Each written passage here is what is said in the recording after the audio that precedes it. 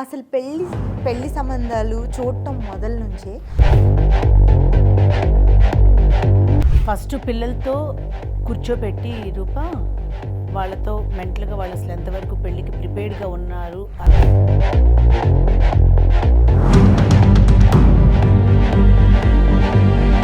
ఇప్పుడు పిల్లని మన ఇంటికి తెచ్చుకునేటప్పుడు కానీ మనం మన పిల్లని ఇంకో ఇంటికి పంపించేటప్పుడు కానీ ఇప్పుడు రోజు మన కళ్ళ ముందే తిరిగే పిల్లలు సడన్గా వేరే ఇంటికి ఒక కొత్త అట్మాస్ఫియర్లోకి వెళ్ళిపోతున్నప్పుడు ఒకటి వీళ్ళని వదిలి ఉండలేమన్న బెంగ. నవీన గారు, అసలు పెళ్లి సంబంధాలు చూడటం మొదలు నుంచే ఎలాంటి విషయాలు మైండ్లో పెట్టుకోవాలి? ఫస్ట్ స్టెప్ ఏంటి? ఫస్ట్ పిల్లలతో కూర్చోబెట్టి రూప వాళ్ళతో మెంటల్గా వాళ్ళు అసలు ఎంతవరకు పెళ్ళికి ప్రిపేర్డ్గా ఉన్నారు అన్న దాని ఫస్ట్ పాయింట్ కింద చూడాలి. ఎందుకంటే ఇప్పుడు ఈ మధ్య కాలంలో మేము ఫేస్ చేసే మేజర్ ప్రాబ్లం, పేరెంట్స్ అన్ని రకాలుగా ఇట్లా 10 మంది దగ్గర రిజిస్టర్ చేసి డబ్బులు స్పెండ్ చేసి ఎంక్వైరీలు చేసి మ్యాచెస్ తీసుకొచ్చి అన్నీ చేసిన తర్వాత ఫైనల్గా పిల్లలు రెడీగా ఉండట్లేదు. వాళ్ళు పేరెంట్స్తో చెప్పుకోలేక తెచ్చిన సంబంధం ఏదైతే ఉంటుందో ఆ పిల్లల దగ్గర చెప్తున్నారు.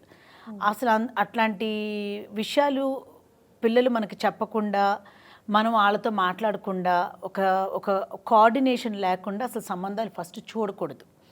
ఈ కోఆర్డినేషన్ వల్ల ఏమవుతుందంటే రూప అసలు నెంబర్ ఆఫ్ థింగ్స్ మనకి హెల్ప్ అవుతుంది. ఎట్లా అంటే అసలు వాళ్ళు how matured are they to handle a marriage అన్న విషయం మీద మనకు అర్థమవుతుంది.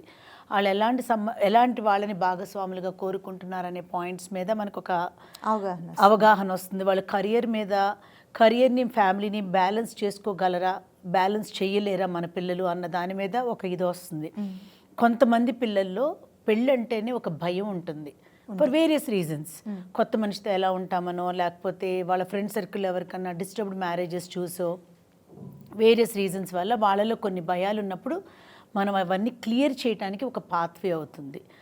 అలా నెంబర్ ఆఫ్ థింగ్స్ మనకి ఒక క్లారిటీ వచ్చిన తర్వాత పిల్లలతో ఇట్ టేక్స్ టైం చక్కగా కూర్చుని అంటే పనిగట్టుకుని ఒక సెషన్ పెట్టుకోమని కాదు, when ever they get a chance ఈ విషయం మీద కొన్ని నెలలు లేదా కొన్ని వారాలు టైం తీసుకుని అప్పుడప్పుడు వాళ్ళతో మాట్లాడుతూ ఉంటే వాళ్ళ థాట్ ప్రాసెస్ కూడా మనకు తెలుస్తుంది. దాని ప్రకారం it will help us to understand ఇది రైట్ టైమా కాదా, కొన్నాళ్ళు ఆగుదామా, లేదా ఈ పిల్లలకి ఏదైనా కౌన్సిలింగ్ అవసరమా, లేదా వీళ్ళు ఇంకెవరినన్నా ఇష్టపడుతున్నారా, లేకపోతే ఒక ఫ్యాంటసీ వరల్డ్లో ఉంటారు కొందరు. పెళ్ళంటే it's like it's fun, it's enjoying అని రకరకాలు ఈ ఎక్స్ట్రీమ్ ఆ ఎక్స్ట్రీమ్ ఉంటాయి.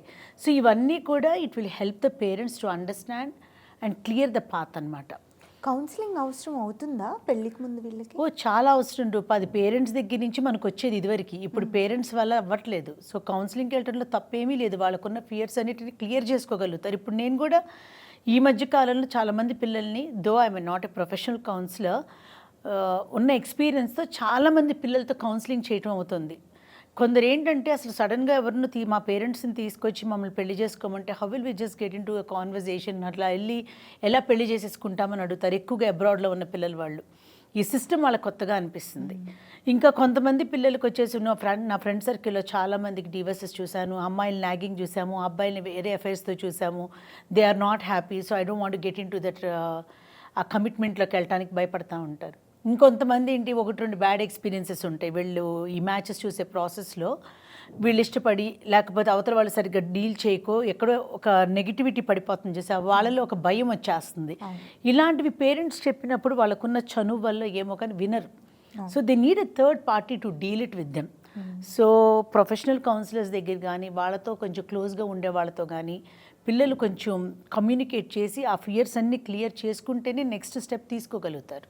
So counselling is never a wrong thing Roopa. డిప్రెషన్తో కౌన్సిలింగ్ గురించి కాదు ఇది వాళ్ళకున్న అపోహలు క్లియర్ చేయడానికి చేసే counselling.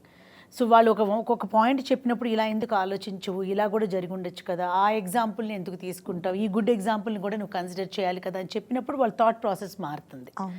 That's one thing.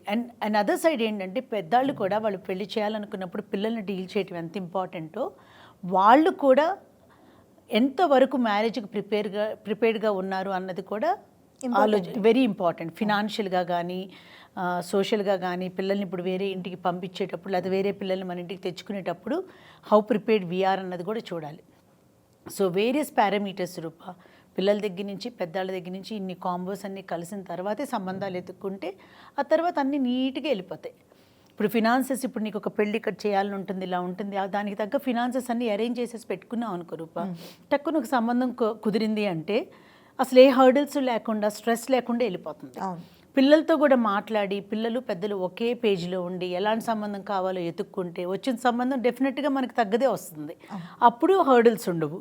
So ఇవన్నీ బ్యారికేడ్స్ లేకుండా ఉండాలి, ఇవన్నీ ఏ ఇబ్బందులు లేకుండా ఉండాలి అంటే ఫస్ట్ మన ఫ్యామిలీ లోపల మనకు ఒక ప్రాపర్ అవగాహన, ఒక స్ట్రెంగ్త్, ఒక ఫినాన్షియల్ బ్యాలెన్స్ అన్నీ ఉంటే that is the first to the end step. ఇప్పుడు టాపిక్ వచ్చింది కాబట్టి ఒక చిన్న ఆన్సర్ లాగా చెప్పండి. నాకు చిన్న డౌట్. ఇప్పుడు పిల్లని మన ఇంటికి తెచ్చుకునేటప్పుడు కానీ మనం మన పిల్లని ఇంకో ఇంటికి పంపించేటప్పుడు కానీ వాళ్ళు ఎలా ప్రిపేర్డ్గా ఉండాలో కూడా ఉండాలి అని అన్నారు కదా.